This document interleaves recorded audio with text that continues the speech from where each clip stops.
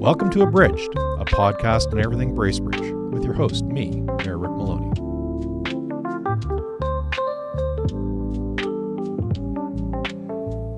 Well, I'm joined for this segment of Abridged with our brand new fire chief. Well, brand new, a month or two into the job, Chief Kevin Plested. Kevin, welcome and congratulations. Thank you. Thank you for having me. Well, and let's get right into it. It's been a busy spring for our fire department. A busy winter for sure when it came to the storms and what we've had. We've also had some pretty serious house fires in our community over the last several months. And I know that you are obviously wanting to share about the importance of smoke alarms. Maybe Absolutely. You can share a little bit about why it's important and how they actually do save lives. Yeah, so it has been a busy month since I started. Ice storm was on day one, and we've had 4 or 5 house fires since I've started. The main thing right now is the province has let us know that there's a disturbing trend of fatal fires in the province. Luckily, none of ours are fatal, but really when it comes down to it, working smoke alarms is what saves lives. The way we teach is, when you hear the alarm, you evacuate the house, you go to your meeting place, and then you phone 911. So in a residential situation, we don't even know about the fire until we get that 911 call when you're already safely out of the building. There's a common misconception that we're going to run in and save everybody. Mm-hmm. We want people outside. Mm-hmm. That's a last resort, is us coming in and actually running in and trying to save somebody. So working smoke alarms are way more important than anything as far as I'm concerned for your own fire safety. Now, I think it's been kind of the standard, public service announcement that, every time you change your clock, you change your batteries.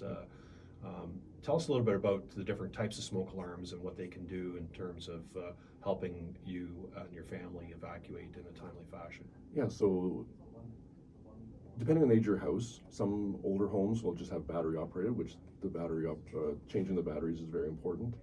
Newer homes now, they're hardwired, but they still have a battery backup.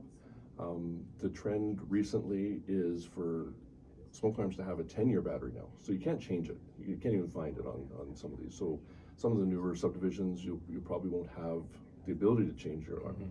Mm-hmm. Still test them every month, but with this new technology, you don't have to change them anymore. They operate way better in that they're guaranteed to work in a power outage. And not rely on that battery. And what I've also found recently is some smoke alarm manufacturers want a new battery. So as much as you think it's new, sitting in a package in a drawer, mm-hmm. if it's older than 2 or 3 years, the smoke alarm isn't going to accept it properly, and it's actually probably going to chirp to say that this battery isn't working as well anymore. Mm-hmm. That was something right from one of the manufacturers, that it wasn't an expired battery, because they'll have expiry dates on them now, but it wasn't new enough for them to say, yeah, that's not the problem. And sure enough, I tried to prove them wrong by putting in a brand new battery, and it's still chirping, and it did not chirp. So new batteries are really more important than even just changing a battery. So checking that code on the battery box, exactly. Package, when it was manufactured and things like that, or exactly. When its best before is and all that stuff. As much as it's cheaper to buy bulk. Yeah, for sure. We want to buy new. And even a hardwired smoke alarm has a life cycle, and it needs to be changed out, right? Yep, those manufacturer's instructions is the official answer, but anything more than 10 years is definitely too old. Mm-hmm. I was recently in the house of someone else who we were just talking about some of the recent fires, and he's like, "Oh, I don't know if I've ever changed my smoke alarm. I've got new ones in the bedrooms, but." So we checked his hallway, and sure enough, it was one of the originals from the 90s, and he changed it the next day, which was a good thing. And if a resident has any questions about fire smoke alarms and how to install them, can they reach out to the fire department? Absolutely. That's what we're here for. Bracebridge.ca or bracebridge.ca/fire is our website, which has some good information, but you can also phone us through the contact information on the website, and our fire prevention division is more than willing to come out and give some advice. Wow. Without charging. If we find something wrong, we're in the education business. We don't want people not to call us and be not approachable. So we want to educate first and make sure that people have the right thing. Well, that's a good message. If you're not sure, the appropriateness of your smoke detector or the smoke detectors you have in your home, you can reach out to the fire department. They'll drop by, they'll have a chat with you, they'll provide a little bit of education and support, because at the end of the day, we want everyone to be able to, in that time of crisis, to be able to evacuate safely and get their family and their loved ones out of their home, and then call 911 as the message is. Exactly. Well, thanks for that. It's been, we've talked about the busy winter that we've had. We're moving into that kind of drier season. It's still spring, so people might think, hey, it's my lawn is wet, the bush is wet, whatever. But we're in a high risk area right now for burning and potential fire, right? Yep, You want to exactly. talk a little bit about that? Yeah, we've been lucky. You think of the news stories we've seen of Fort McMurray or LA, all those burns. We don't want that to happen here. We're very close relationship with MNRF, and their firefighting crews. We are constantly watching for those dangers. There's something called the fire weather index that we get on a daily basis from the MNR that measures things like humidity, the relative humidity, the temperature, the wind, previous precipitation, what the future forecast is, and we use that to set our fire danger rating. We hope people are paying attention to that, because as it moves up, we're obviously registering something that's going to be a danger. And the common misconception is, if we're in a flooding situation, we don't have to worry about a burn, but it's that top layer of materials, the fallen leaves. In the case of the ice storm, we brought a lot of dead wood now on top of that. If something was to get away, definitely it's going to be more of a danger. So we are closely always monitoring that and working with our municipal partners. The Muskoka area fire chiefs make up what our danger rating is going to be. So we're consistent in Muskoka, so we don't have different towns on different stages. But we definitely want to make sure a Fort McMurray or an LA does not happen here. So we do have our burning bylaw in effect right now as well. That's right. Maybe you want to mention a little bit about that. Absolutely. So the burning bylaw, the outdoor burning bylaw, it's in place. Well, it's in place all year round, but it has no daytime burning between April 1st and October 31st. And even during that time period, it's only recreational fires. In the winter, you can have a larger slash, we call it slash pile fire, more in the rural area, not so much in town. And that was a little bit of bone of contention when we had the ice storm that people wanted to burn. Mm-hmm. But even under that burning bylaw, it's supposed to be dry wood. Mm-hmm. Green wood lets off more smoke, and it's just not as good as a burn. So we definitely kept that no daytime burning bylaw in effect for that time period as well, just because of that dry wood. But really, we need to make sure that people are doing the safe thing.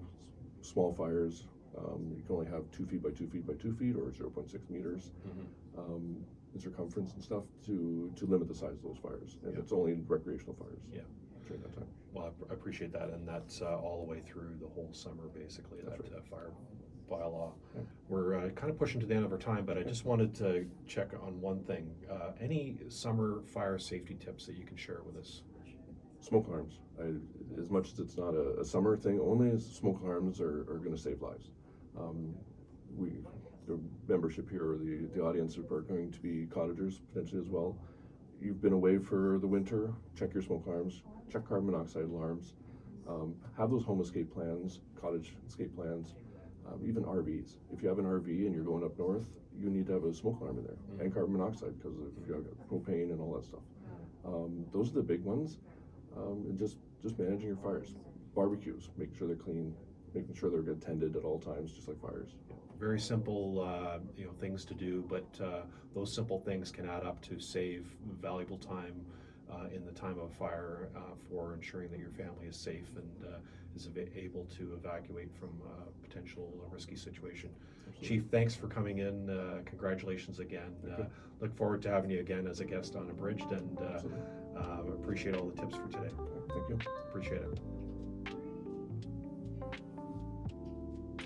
Well, I'm joined for this segment of Abridged with the Manager of Bylaw Enforcement, Michael Mayer. Michael, welcome to Abridged. Thank you for having me. Appreciate you taking the time to join us. Lots of things happen in bylaw, and maybe just tell us a little bit about what the bylaw enforcement branch of the town does. What kind of responsibilities do you have? Yeah, so our branch enforces several regulatory bylaws within the municipality, focusing on anything from parking, noise control, animal control, clean yards for property standards. Property standards kind of runs into two departments. We focus on the clean yards aspect of that. Yeah, anything you can think of that, to help keep us a safe and respectful community, our enforcement officers will look into that for the town. Yeah, and fundamentally, it's all about getting along with everyone and respecting everyone's space and things like that. And generally we have very limited challenges with that. Obviously, with the summer soon upon us, it's springtime. People are now out and about, and particularly around homes, people are cutting their grass. A lot of folks have been dealing with cutting trees and limbs and branches, and now is the season now where you're kind of tackling that household project, whether it's building a new deck or a new fence or whatever. Tell us a little bit about the noise bylaw and how it regulates those activities so that people have some respite from noise. It's not always 24/7, someone building their fence next door to you. Yeah, so with that, we definitely do understand that people are living their lives and they have things to do. So our bylaws tries not to be restrictive, but it allows the opportunity to make the noise within a reasonable amount of time. So most regulations operate so that roughly around 7 in the morning until 9 at night. There are a few exemptions to that where it goes till 11. Mm-hmm. We have a hootering and hollering portion that can go to 11 o'clock. Well, we don't want to impact the hootering and hollering that goes on. Yeah, so there's some respectful enjoyment is what we're looking for within the municipality from neighbor to neighbor. Also understanding that we have a lot of waterfront properties and the noise travels across that water. So that's why we're looking kind of for those timelines for the regulations of the noise. But yeah, when it comes to yard and yard maintenance, we do regulate that. Power tools and equipment like that are regulated to not go past 9 at night. There's also some regulations around holidays and Sundays to kind of give that respite period for a day. And allow people to enjoy things outside of that noise. Is there any exceptions to that, like our golf courses governed by the same bylaw? Yeah, so we do actually have an exemption within the bylaw for certain businesses, golf courses being one of them. They are allowed during their seasonal operations to start the cutting of their grass earlier than any other regulation within the bylaw. So I believe it's 6 p.m. in the morning they're permitted to start or 6 a.m., permitted to start their lawn maintenance. Mm-hmm. And what about you're planning that special event, that backyard event? Maybe it's a wedding, maybe it's a special anniversary or things like that. There might be amplified music and things like that that is outside the kind of parameters of the bylaw. How does a resident manage that, and how does the bylaw support that? Yeah, so they can submit an application for an exemption from the municipality. If the event is under 3 days in timeline and it doesn't go past midnight, we have the authority to provide that exemption, reviewing that information and providing that exemption within the department. If it goes outside of that, they can still look for an exemption request. It would just go through a general committee and council process where that exemption could be provided to the person, or we'll review it and make suggestions to how it might work to be able to operate that event. Yeah, so the bylaw does allow a permit holder to have that exemption up to midnight on the event day and things like that. So that ability to have that backyard wedding is still there. I think you kind of laid the groundwork right off the hop, is that we want people to enjoy their property, enjoy the summer, a short-lived summer as it is, and there are some parameters around that to make sure that we're respecting everyone else's rights as well. So, Exactly. Yeah. One of the big challenges you've had over the last couple of years is developing a short-term rental bylaw, and your department has taken the lead on that in many respects. Tell us about the bylaw, what it regulates, and if someone is concerned about a short-term rental and its compliance to that bylaw, what they might be able to do. Yeah, so the bylaw regulates the operation of a short-term rental. So anything under 30 days within the town, you need to have a short-term rental license for that rental.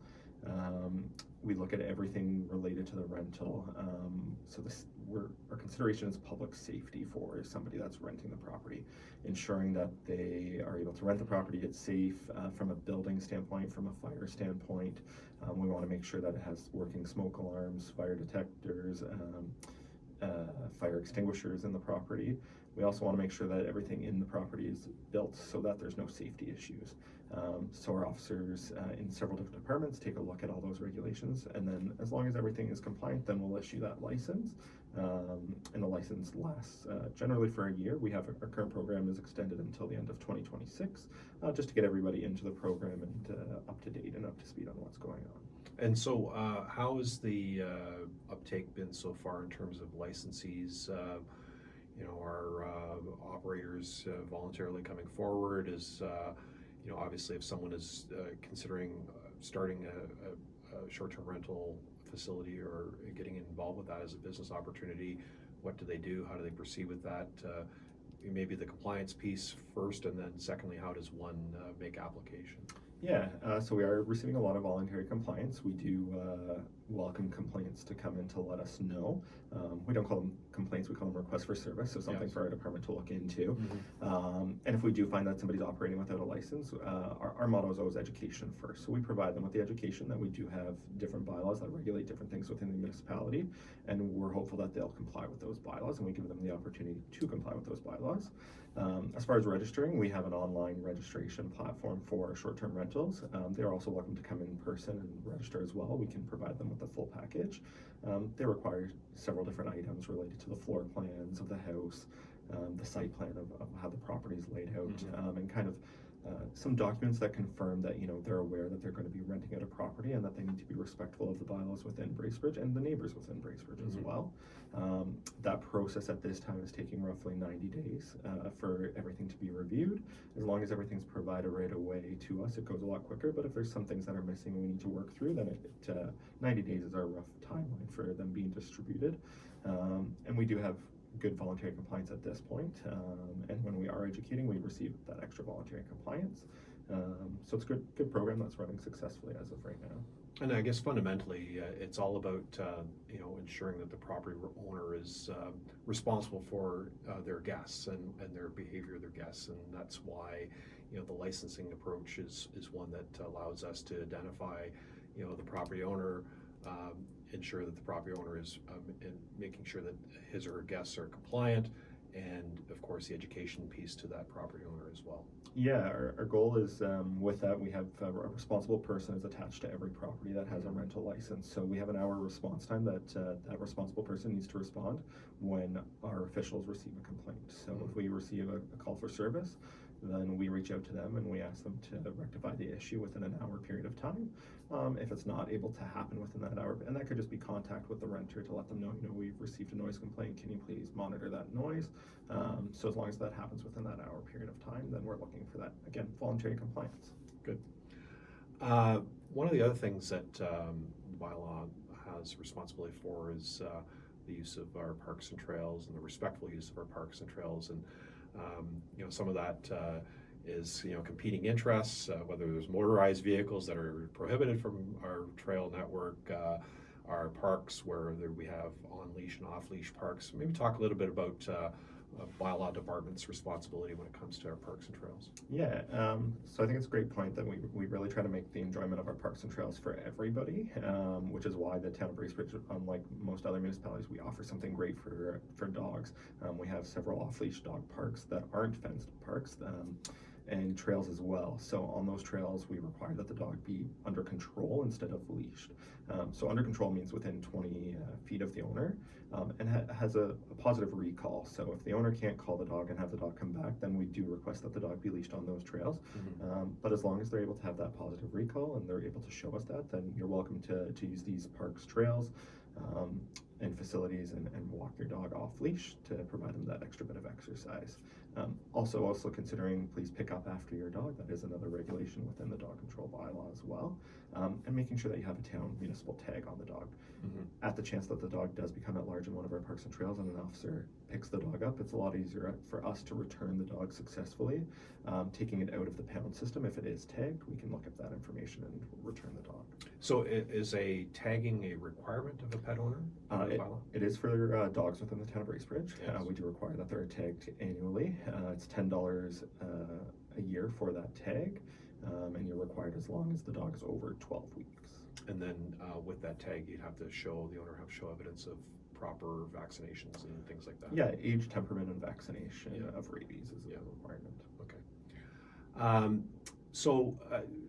Obviously, very busy department, particularly when it comes to the summer and people start to unhibernate and get out and do things. If someone is wanting to contact the bylaw department, what are the hours of operation? How do you contact? What do you expect for a response? So you're welcome to contact our department 24 hours a day. We do have rotating officers that work all hours of the day seasonally.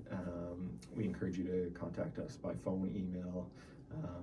That's kind of our best route. An officer will get back to you within 24 hours with some kind of response, providing you with more information or requesting more information or letting you know what the outcome of your request for service is. Okay, good. And do you have a website presence? We do. We are on our official website, bracebridge.ca. You can email us at bylaw@bracebridge.ca. And we also try and have regular posts on our social media platforms. Every other Tuesday, we do a post specific just to kind of update members of our community on kind of things to consider in the bylaw branch on a seasonal basis. Great. Well, I appreciate you taking the time, Michael. First opportunity to chat with you on Abridged, and we look forward to having you on as a guest again as we talk about how we maybe in the fall about some of the bylaws specific to snow removal and parking and things like that. So I'm sure there's an opportunity again for us to chat. And thanks for taking the time, and I really appreciate you joining me today. Thanks for having me. Take Appreciate care. it. Well, I'm joined for this segment of Abridged with Ciara Ryan. And Ciara Ryan, you are the Tourism and Cultural Development Officer for the town of Bracebridge. Welcome to Abridged. Thanks for having me. Well, it's exciting times in Bracebridge. We are, of course, celebrating our 150th anniversary, and you're showing that pride today Yeah. with your sweatshirt. So tell us a little bit about the excitement that's starting to swell with the anticipation of our marquee event coming up in the first weekend of June. For sure. So on June 7th and 8th, we are having the Bracebridge 150th anniversary celebration, which planning has been going on for well over a year now. So we're really counting down the days and getting excited. It'll launch at 9 a.m. on the Saturday, but the opening ceremony will be at 10, which I know you'll be there to Yes, welcome I will. everybody.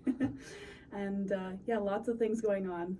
So this kind of marquee event is major activity at J.D. Lang Park that, as you pointed out, that has been supported by the community in many, many ways, including great sponsorship support for that two-day event coming up in June. Tell us a little bit about the response from our business community and in general the public for this event.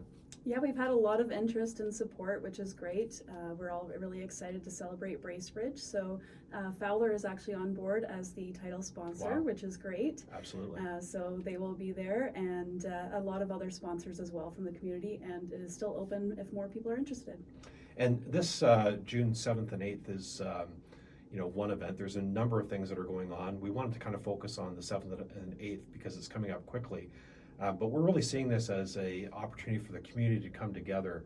And we have a community picnic area. Tell us a little bit about that community picnic area where you can kind of show up and meet your neighbor, meet your new neighbors, and really have the community come together. Yeah, we're really excited to bring everyone together. Like you said, we've got food trucks and local vendors. There's going to be outdoor games for families and even egg spoon races, potato sack races. We're going to have live music. So we actually have 2 stages, which is really exciting. So live local music going on both days of the event throughout the day. And, we just really want to get people out there together, saying hi to the local community groups, organizations, businesses, and of course, friends and family. The live music piece is really interesting in that there's been a lot of focus on trying to secure local talent. Tell us a little bit about that, local talent component. Yeah, it's been a priority to make sure that we are celebrating Bracebridge. So we've got a lot of different local favorites coming out, and don't want to give too much away, but there is a program coming out shortly that everybody can see, recognize some names of people playing. And you also mentioned a lot of food vendors, different types of food and varieties of food, activities, animals. Can you tell us a little bit about some of those activities for the family? Yeah, of course, and we're even having an escape room Oh, coming wow. for both days, which is really exciting. So it'll be a Bracebridge themed escape room that is free to use for everybody coming to the event, and the event itself is free as well, I should mention that. But we're going to have children's crafts such as Bracebridge 150 friendship bracelets, Indigenous bracelet making. There's going to be birdhouse making as well on the Sunday. Muskoka Goataway and Maple Lane Farms is coming on the Saturday, so lots of animals there. And then Zoo to You on Sunday, which is exciting as well. There's just so much going on. We even have Author's Corner, so we've got local authors doing a panel of reading, selling their books, things like that. Mm-hmm. That's going on both days as well. Just Touch a Truck, so we've got town equipment and fire trucks, and the police celebrating 100 years, they're coming out, so we can have lots of things for, every age and, group of the community to come out and enjoy. Yeah, I heard that our OPP is going to be bringing their traveling museum to the event as well, which is really, really cool. We have a long tradition of policing. Bracebridge had its own town police back in the day, but then that was assumed by the OPP, but that's really kind of a cool component. Kind of touching on that history of our town, of course, our friends at Muskoka Pioneer Power will be actively involved, and maybe talk about some of the historic displays that they'll be doing with their equipment, but also some of the kind of displays of old Bracebridge and some of those old artifacts and things like that. For sure. So the town will have some heritage signage and displays out just to showcase different history. The history of Bracebridge, and as you said, Pioneer Power will be showing off some of their displays and running their equipment, which is always great to see. And we're actually doing a heritage passport program, so anybody can come out and go throughout the event. There's 5 stamps locations across the event, stamp their passport, and they submit it at the end of the event for a chance to win a prize pack, which is a fun way to get involved as well. Oh wow, yeah. So you're going to have young ones dragging their parents around to make sure we got to get this stamp, we got to get that stamp, got to get that stamp. Smart thinking on your part, I thought. Yeah. Very, very good. One of the other questions that I've got by a few people when they've seen me wear my 150 swag is, how do I get that t-shirt? How do I get that hat? How do I get that sweatshirt? And just recently we were able to share that our swag store is open, our online swag store. Tell us a little bit about that. Yeah, it's really exciting. You can get tote bags, water bottles, golf shirts, sweaters, t-shirts, long sleeves, anything you can imagine, stickers. So you can support Bracebridge that way and show off your community pride, which is great. And we'll all be wearing our 150 swag at the event, so feel free to pick it up before the event and so you can showcase the community. And it'll also be available at the event for sure. And the other thing I found, which the pricing was very, very reasonable. It is, yeah. It's just very exciting. Yeah, I thought, I think a sweatshirt was like $34 or something like that. It was very, very reasonable priced. And what a great way to share. I've had family members already see me wear my swag and say, I want one of those, I want one. How do I get one of those? So I think there's going to be a lot of uptake on that, which is really exciting. So as we're leading up to June the 7th and 8th and the big weekend, can you share how we're progressing on that? Things are coming together, lots of activity. We've got a great committee that's been working hard, as you say, for the last year and a half on this for sure. But what about the volunteer support? Yeah, for sure. So we've got a lot of people interested so far in volunteers, but if anybody else is interested, it's still open. We do need volunteer support to make the event happen, just because there's a lot of elements and activities going on. So we appreciate any volunteers signing up, but lots of positions to help with, like children's crafts or the heritage passport that I mentioned. So lots of exciting ways to help and get involved. And if I wanted to volunteer, how would I do that? There's a web portal, is there? Yeah, on the Town of Bracebridge website under volunteer opportunities, you can sign up through there or through our social media channels as well. And if there's a position that perhaps is not listed there, maybe there's some of them, your abilities are not necessarily conducive to what's left, that doesn't mean you can't volunteer. We'll find a spot for you. We'll get Exactly. you to do something. There's always an opportunity for anyone to be involved in helping celebrate this great weekend of 7th and 8th of June. Yeah, exactly. We're really excited to get the whole community involved in any way possible, so anybody can reach out at any time. Well, I appreciate you coming in, Ciara, and I know that you've been very involved with organizing this, and thank you to you and your team, Eco Dev team. The Economic Development Department has really taken the lead on this, and certainly appreciate that effort. I think that as we're getting closer to that 7th and 8th, the excitement is building and building and building, and we're all looking forward to coming together as a community on the 7th and 8th. And we're going to have you back and talk about some of the other activities that are spiced throughout the year, because it's just not the one event, and there's lots of other things that are happening. And interestingly, a lot of other organizations are having their anniversaries That's at the true. same time because they're all part and parcel of the fabric of our community. Yeah, exactly, and that's all listed on the town website as well, other organizations and community groups that are celebrating anniversaries this year. So that's super exciting, and yeah, there's lots to come throughout the year. Well, Ciara, thanks for coming in. We're all looking forward to June 7th and 8th at JD Lane Park as we celebrate Bracebridge's 150th anniversary. This is truly going to be a community picnic, a community event, a family-focused event, and we want to see all of faces, young and old, new and folks that have lived here for all their lives, but new residents as well. Great way to meet people, great way to connect with people, and celebrate this wonderful community we call Bracebridge. I agree, and I can't wait to see everybody there. Thanks for having me. Thanks for coming in.